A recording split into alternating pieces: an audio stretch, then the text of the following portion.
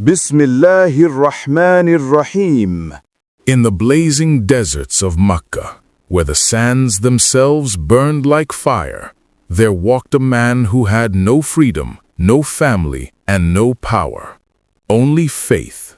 His name was Bilal ibn Rabah, radiyallahu ta'ala anhu. Born a slave in the house of Umayyah bin Khalaf, one of the most powerful men in Quraysh, Bilal's life was nothing but service and silence.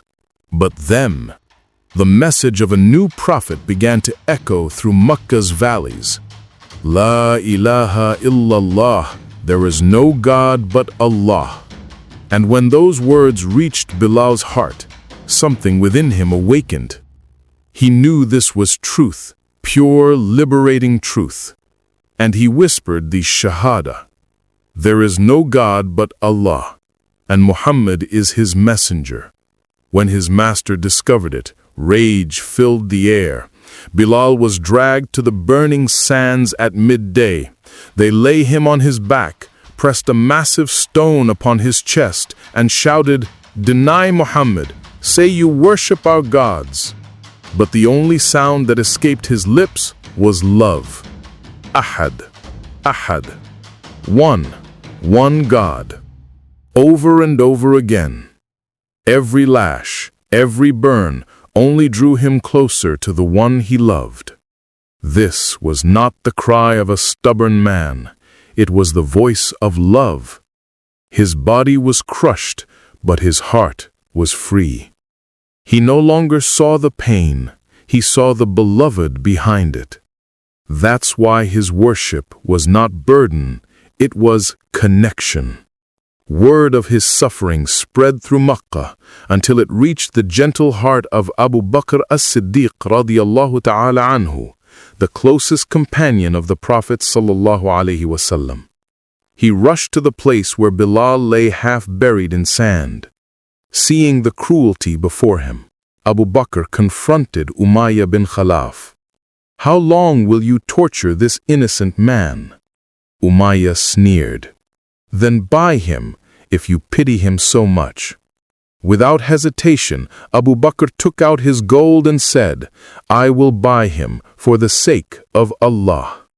7 gold coins exchanged hands, and in that moment, a slave became free, not by sword, not by tribe, but by faith and brotherhood in Allah.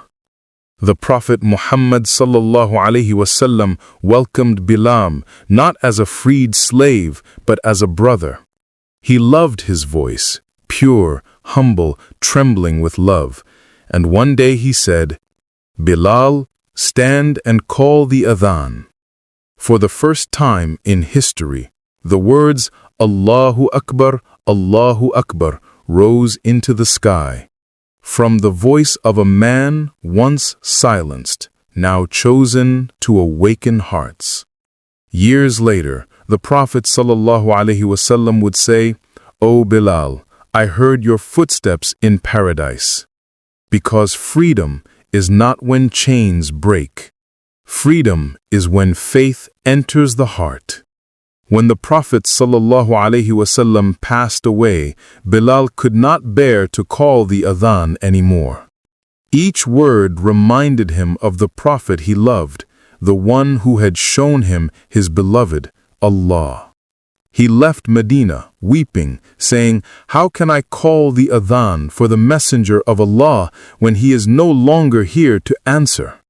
Years later, he saw the Prophet in a dream, smiling and saying, "O Bilal, what is this? You have not visited me." He awoke crying and hurried to Medina. When he reached the grave of the Prophet, he called the adhan again, and the whole of Medina wept, remembering the days when Bilal's voice echoed love across the city.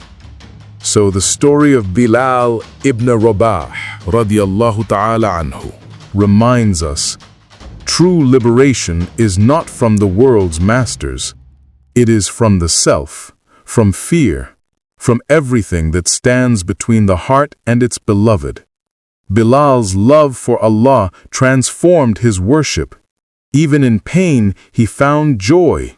Even in chains, he found freedom. Because when the heart is filled with love for the Creator, every sajda becomes a moment of union, not an obligation.